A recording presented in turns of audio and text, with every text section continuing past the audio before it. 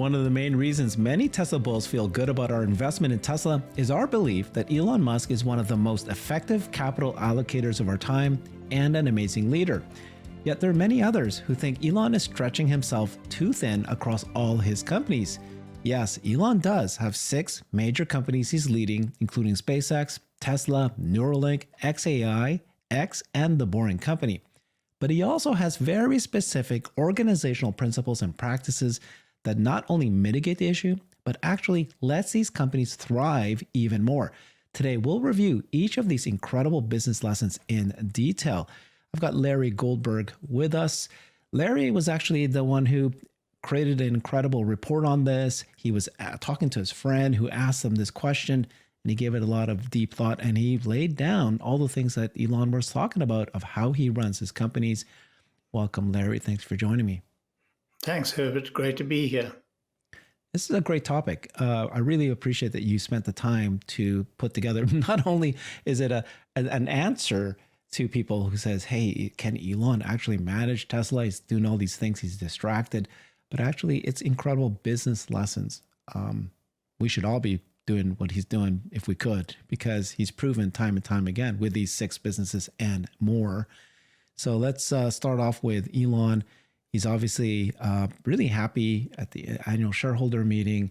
That went really well. But this is a good example of all the companies he's in. I'm going to go ahead and loon a bit for. You've got Tesla, Neuralink, xAI, X, Boring Company, and SpaceX. Those are the ones he's currently running now. There's also the foundation, by the way. But, and then, yeah, so down here, companies Elon Musk no longer owns are down here. Zip2, PayPal, OpenAI, SolarCity, and of course, he's also got the Musk Foundation that he's running. Thoughts on this table? So, this is a brilliant table because if you look at his past performance, it's been stellar. Yeah. I mean, every one of these companies has succeeded. Zip2, they sold that company for $400 million. It was a pioneer company in many ways. It created the first vector-based map on the web. It really brought to an end the so-called smalls, these small little advertisements used to fill half the newspaper. But, everything he's touched has been quite remarkable. And even SolarCity, which was in fact a failure, is an illustration of how Elon can take failure and morph it into success. And we see the fruits of that success in the energy business of Tesla today. So, he has a stellar track record of companies that he has exited, and he's doing extraordinarily well in every company that he's currently running. And it all boils down to his methodology, his management skills, and his judgment. And it's very seldom we've seen these combined in a single person, and particularly in a single person with such incredible vision for the future. So you combine all of this, and this is why he is such an extraordinary manager, investor, capital allocator, leader, and all the above. And of course, this doesn't detract from the fact that he's one of the world's leading engineers today, if not the leading engineer. He's been voted by his engineering profession and by major institutions as, the foremost engineering personality of our age and perhaps of any age. So, yeah, I mean, extraordinary person, but it's all based upon, very, very sound principles. Famously, he believes in, first principles thinking, and it's evident in everything he does, and it is the one thread that ties all of this together. But the way he's put this into practice is very important, and we have to look at that carefully to actually understand how well he's done and also to use it as a lesson in how we approach our businesses and manage our businesses. Okay. Thank you for that, Larry. So we're going to stay at the top level first, and then we're going to go right down to each of the organizational principles, how he manages his team. His team's incredible.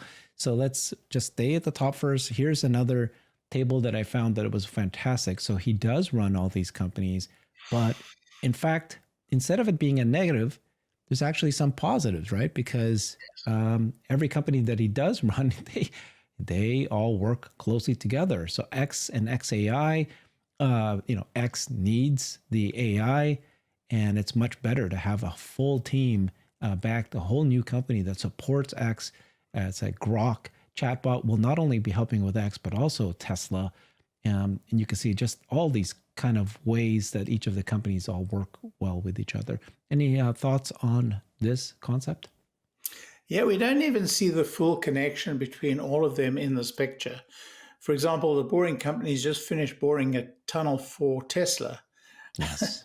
And so we don't even begin to understand how these all work together. And the boring company, for example, is, it is part of it will be part of ultimately the work that Elon is planning for SpaceX to do on Mars in terms of terraforming Mars. So there is such a strong tie-in between these companies and the philosophy that drive them together. So yeah, I mean, it's hard to even understand all the links between them. But what binds them very powerfully is Elon himself and the philosophy with which he runs those companies and the first principles thinking that he imbues in everybody in those companies. Yeah. All right, let's get started. So this is what happened, right? You had a friend and said that you posted it, said a friend whose judgment I trust wrote to me recently that he was getting concerned about Elon stretching himself too thin across all the companies in which he has involved. I gave this some thought, particularly as many have expressed this concern on X. Absolutely. This is one of the biggest things. He's distracted. He's got too many companies. Here are the thoughts that I put into my reply. Elon is not likely stretched too thin across his multiple companies due to his hiring practices and operating methods. You said on the matter of Elon, your concern about him stretching himself thin is shared by many. There are, I would suggest, many mitigating factors you should consider. I'll detail those that come to mind. So we're going to go through that list now. Thoughts on that? Yeah, I mean, I've expressed the broad ideas. Now we can actually talk about them in detail. So, I actually captured his principle, his methods from Walter Isaacson's book on Elon Musk, entitled Elon Musk, which is a fantastic read, by the way. I recommend it to everybody to read. But I've tried to distill out of them what he calls the algorithm. And the algorithm is really the underlying principles that Elon uses in running his companies. And he teaches everybody who works there to use these principles or this algorithm in how they approach every problem or every opportunity. And so it's worth going through them point by point. Okay. Yeah, before we do that, let's go ahead and talk about the people that he hires, right? Make a comment about that, of course. Like some ridiculous percentage, what is it now? 120,000 employees. But every one of his companies have incredible executives that bench. While I play this little clip here, tell me more about what you know, how he hires people. Right. So here we have 17 or 16 of his executives on stage with him at last year's Investor Day.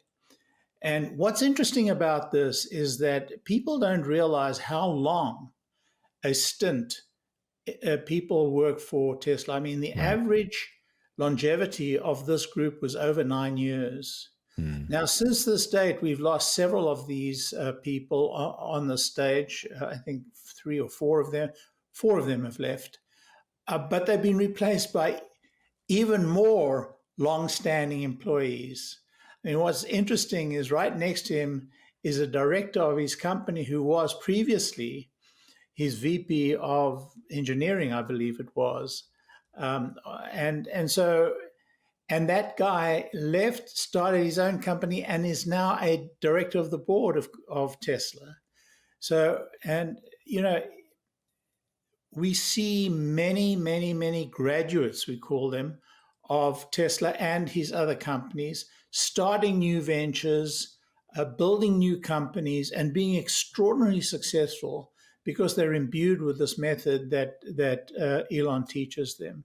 And one of the most interesting factors is that people who leave him, whether of their own volition or due to him changing his direction, all remain incredibly loyal to him for the most part. And that's, part of just how important he is to the formation of their philosophy in business. There's two of his longest standing employees right there. And these guys have been with him 17 and 19 years, respectively.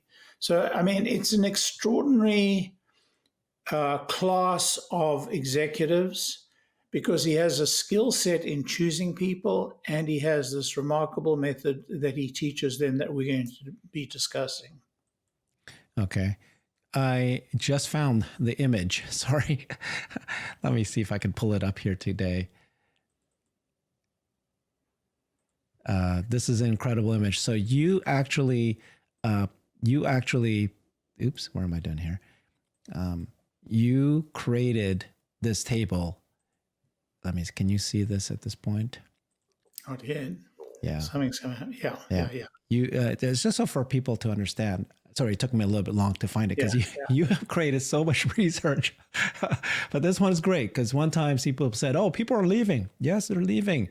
And then you went and said, look, I'm going to create a list. And you didn't just do this for just the executives, the key employees. You did it for like the top 30 or something like that. It was like this massive long spreadsheet that you shared with me before. Yeah, those that I could find. I mean, I used names that I knew, and I, went to do research on them. And so you get the kind of, sense of how long people have been with him. Now, the truth of the matter is he drives people very hard, and it's really hard for people to stay, for many, many years with him because of the level of commitment that they're required to make. But, they do spend that kind of time. They do, these people, I mean, if you look at them, the average, I think, is like 9 years. Yes, 9 years. Average service is 9 years. Crazy. And many of these people have moved on in the meantime, but there are other, very important people who have risen up to take their place, and they're equally skilled and equally gifted. So, it's been a very good flywheel in terms of attracting really great people. Tesla and all his companies famously are the most popular venues for the top levels engineers of this time. And he can choose from the very, very best. And they all seem to give a tremendous, commitment to him for that period of time. And so it's worked very well, this flywheel of people. And they've populated an enormous number of other companies and brought really strong engineering skills back to the United States. Okay. Let's go through the business lessons, the way that Elon creates his organizations. And this is why the companies will succeed, regardless if he even spends 1 hour per week per company. It's already set up because his greatest product is the companies and how he runs it. Yeah. So there's a lot to learn from here. Let's go ahead and go through each one of these. Yeah, so this is what Walter Isaacson, and I must tell you, all of this is derived from Walter Isaacson's book, and I really needed to put this on the slide. I didn't. I apologize, but attributed to Walter Isaacson, he compiled this list, and it starts with question every requirement. So whenever somebody engineers something for whichever of the companies, Elon demands that they question every requirement they're given for the product. And the requirement should come, not only the requirement should be questioned, but the person, the individual who made the requirement, who made it should be questioned. And he he goes into great detail. He tells people, look, I'm not interested in questioning the requirement. I'm interested in questioning the person who made the requirement. And it's not a department, it's an individual. Find the individual and find out why she made that requirement. That's a critical question, because so often the requirement is made, is very general. It leads to all kinds of costs and all kinds of friction. But when you understand why that requirement was made and what is the underlying factor to that requirement, you understand whether in fact it's necessary and to what extent it's necessary, what is really needed. And so this is it's one of the lessons I learned from the book, because I had not formed that idea sufficiently in my head, nor as clearly and crisply in my head, although I'd find myself very often raising this question and trying to pursue the source of the question. But here he expresses it so simply and so clearly. And, Walter gives some brilliant examples of why it's so important in the book. And the second part is delete any process you can. This is a tough thing for any product manager to do, but any manager to do. Delete any part or process you can. Sometimes you invent a piece or a part of a process that you think, this is so clever. But actually, when you really question yourself and you really look at it, you think, well, it was a great idea, but. And so the but is, you want to keep everything as simple as possible, as low cost as possible. Nobody is as manic about cost as Elon Musk. I've never seen anything quite like it. I mean, he will pursue to the death a part that costs a cent in order to take that part out. And typically that part also weighs something. And there's always an important factor in engineering. So delete. I think delete is the most prominent, is the word that occurs most frequently in Walter Isaacson's book. In fact, I was thinking to myself, Walter, you could delete the word delete in your book. Good one. Good. Yeah. Anyway, delete any process you can. You may have to add them back later. In fact, Elon says if you have to add back at least 10% of what you deleted, right, then you haven't deleted enough. Yeah. And I have arrows in my back from making mistakes of that nature in myself in the past in software I've developed. In fact, that's a lesson I wish Elon had taught me 20, 30, 40 years ago. Yeah, in fact, he does the same thing with employees, right? He'll let go many more employees, and then he'll add them back once he thinks he's done too much, as opposed to cutting too little and then trying to cut more later. He actually believes this is the right approach. People think firing people is such a bad thing. And, in some respects and in many respects, and in the general case it is. But if you actually follow what Elon does, it is a very, very good way to run a business, because it keeps the business lean, but it also helps people find their right position in life, their right pursuit in life. And nobody who's worked for Elon Musk has any problem at all in getting another job. Anybody who's a graduate of the Elon School of Business has really, open sesame at almost any company that they would apply at. So simplify and optimize. This comes after you've deleted any part. A common mistake is to simplify a part or a process that should not exist. This is such a difficult concept to understand. To spend time and money simplifying and optimizing, if you haven't deleted first, you may be wasting time and money simplifying and optimizing something that shouldn't have existed in the first place.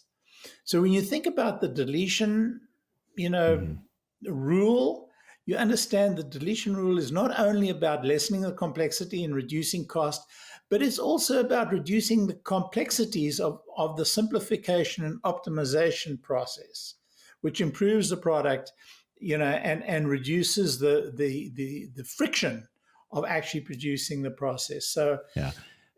the order of these Right. rules are very, very Important. important. Yeah. So, you have These to are question steps. every requirement. You have to delete any part of process you can. You have to then simplify and optimize. And when you've done that, Yeah. as long as you've done those first 3 steps, you can start accelerating cycle time. It's fine to build, and get it done in step-by-step way. But then once you've done step 1, 2, and 3, you can start accelerating the cycle time of the build or the process. And so every process can be speeded up, but only do this after you've done the first 3 steps. Because he He says here says that that in the Tesla factory, he mistakenly spent a lot of time accelerating processes that he later realized should have been just deleted in the should have been first deleted. place. Yeah. Okay. And then finally, when you've done 1, 2, 3, and 4, you can automate. Do not try and automate. Don't think about automation at the outset. Think about, questioning the requirement, deleting the parts that shouldn't exist, simplifying and optimizing, start to accelerate, and then start thinking about automation.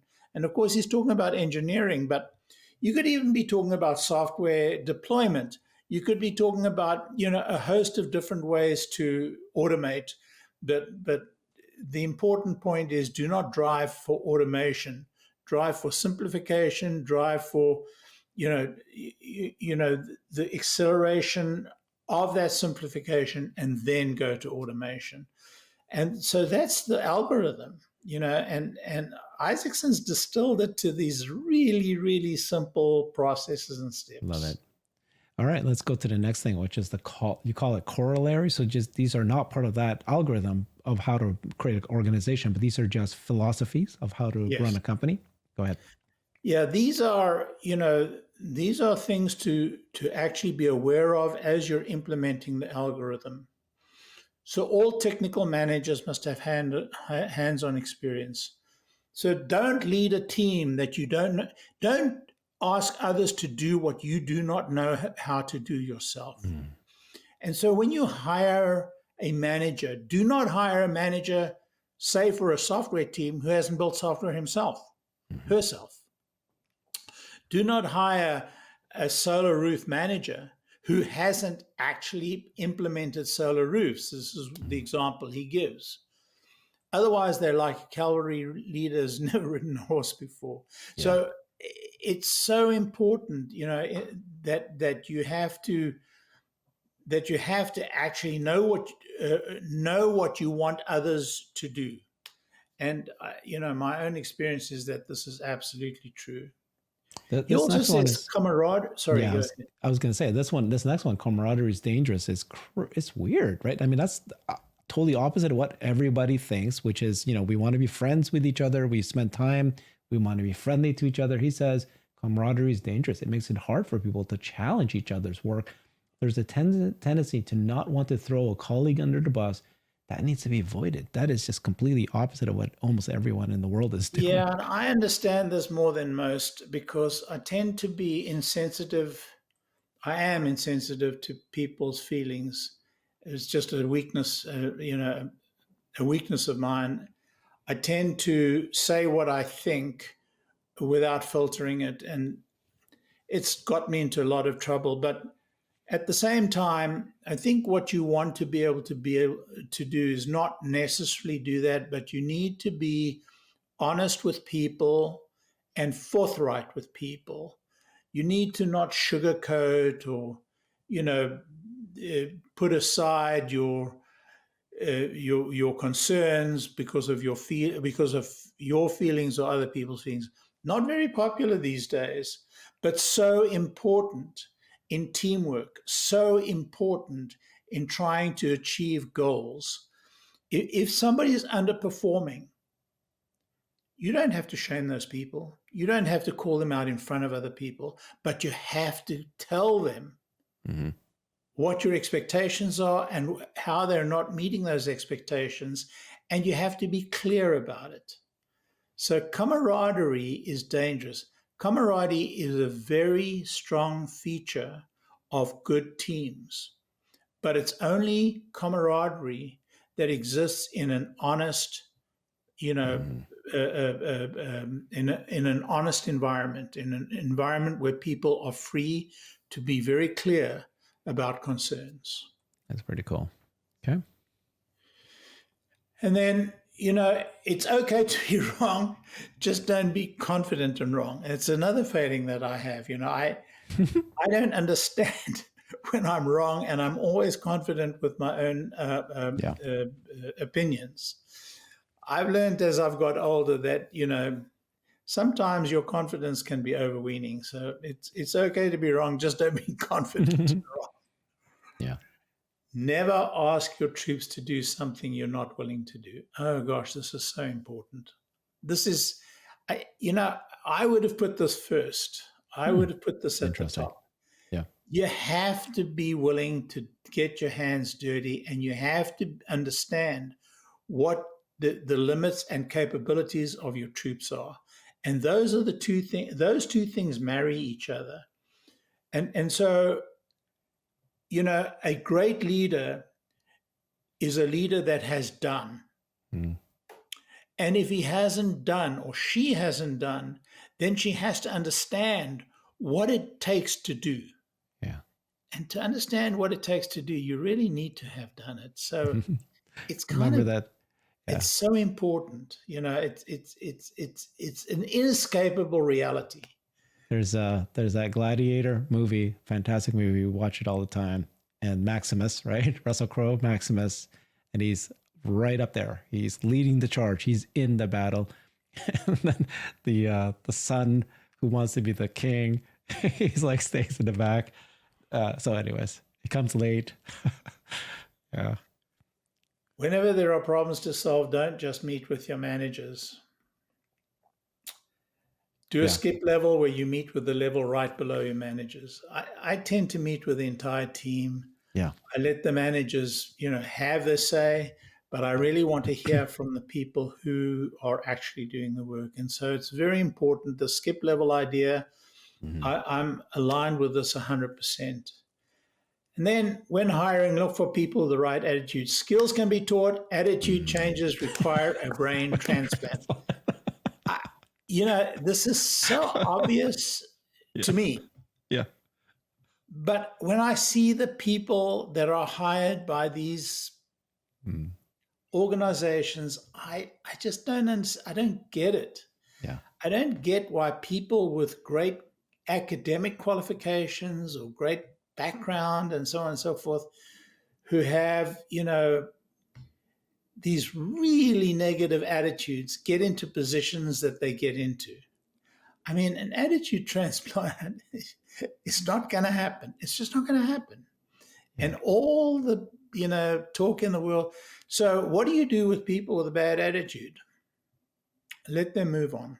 Let them find their own métier. Let them, let them acquire the realities of life at somebody else's expense. Yeah, we call them brilliant jerks. So these are 10x people that are 10 times better than most. But if they are not good, they hurt the team so much that it just doesn't actually even end up working, even though they are amazing. Doesn't matter. In fact, they're the most dangerous. They're the most dangerous. They're more dangerous. Yeah, they're the most dangerous hire. Yeah, because their intelligence tends to get the whole team into trouble. Yeah, because of their attitude. Yeah. All right, let's go for a couple more here. A maniacal sense of urgency. I mean, maniacal. A maniacal sense of urgency is the sine qua non of a great leader and a great worker, by the way. Yeah. The only rules are the ones dictated by the laws of physics. Everything else is a recommendation. I love that. It's really hard to understand and believe, because we tend to take the rules that we're given by the higher ups and say, oh, well, those are the rules. We just have to, But I love that, they're a recommendation. And that's true about everything we do, whether we're making a product, whether we're building a company, whether we're, if we're writing a letter, just think about the rules that are, that are recommendations versus the rules that are dictated by the laws of physics. And by the way, the laws of physics are not really unquestionable either. Okay, so let's summarize what you just said here. And you've got this in your post. You said, to understand the employees' outlook at Elon's companies, I'll pen a post that was made this morning. It is written by a U.S. Army vet who is in charge of booster integration at the Boca Chica, Texas factory for the giant new rocket SpaceX is developing. He ends his post with, we are on the brink of something monumental and together we will make history. It's the kind of refrain I hear everywhere I go in visiting Musk companies. Few investment analysts understand the power of this passion. That's why I'm sanguine about Musk stretching himself thin. Currently, he employs across all his companies about 110,000 people across 5 principal business entities. Well done, Larry. I really appreciate this summary here. Yeah. By the way, I do point out that he operates 5 companies, 110,000 employees. Yeah. How many employees do you think Amazon have? Right. And how many different businesses do you think they have? Well, I They think employ about 1.5 million 1.5 people. million. Yeah. And they have untold number of businesses, probably 20 different businesses. Right. Yeah. How many people do you think Warren Buffett employs, and how many businesses do you think he runs? Right. Yeah. And do people have a problem about the number of businesses he runs? Yeah. Do people think he doesn't pay attention to, I don't know, his railroad company or his insurance company or his, petroleum company? Come on, guys. We have seen how one person can run many different businesses. And Elon is probably one of the best business managers we've had in many years, if not in our history. And that's why you come back to this slide, which is, yes, he's running these companies, but the fact, if every one of them were so separated and they don't help each other, if Tesla could not take advantage of xAI's Grok and the data that they're creating and the creation that the SpaceX can make, help improve the cars that Tesla's making, all those things, if they're not doing that, then yes. But if they are helping each other over time, that's what matters. And what that depiction is missing more than anything else is this philosophy that we've just discussed that cuts across them all. And that's the commonality more than anything else. Yeah. It is his greatest product, is how he builds companies and how he is able to leverage and be successful. Thank you so much, Larry. This is a timely one. There was a conversation, should Elon be part of these companies? It's crazy. Some people even thought we should let him go. Okay. All right. Then you should not invest in any of his companies. Thank you so much, Larry. That was great. Appreciate you doing these deep dives. Follow Larry on X at Tesla Larry, and you'll see all these the research he does and the posts he gets is bangers. Thanks. Talk to you soon. Bye-bye. I've created a website that is the most comprehensive resource for the Tesla investor. Please check it out. Simply go to my website at herbertong.com.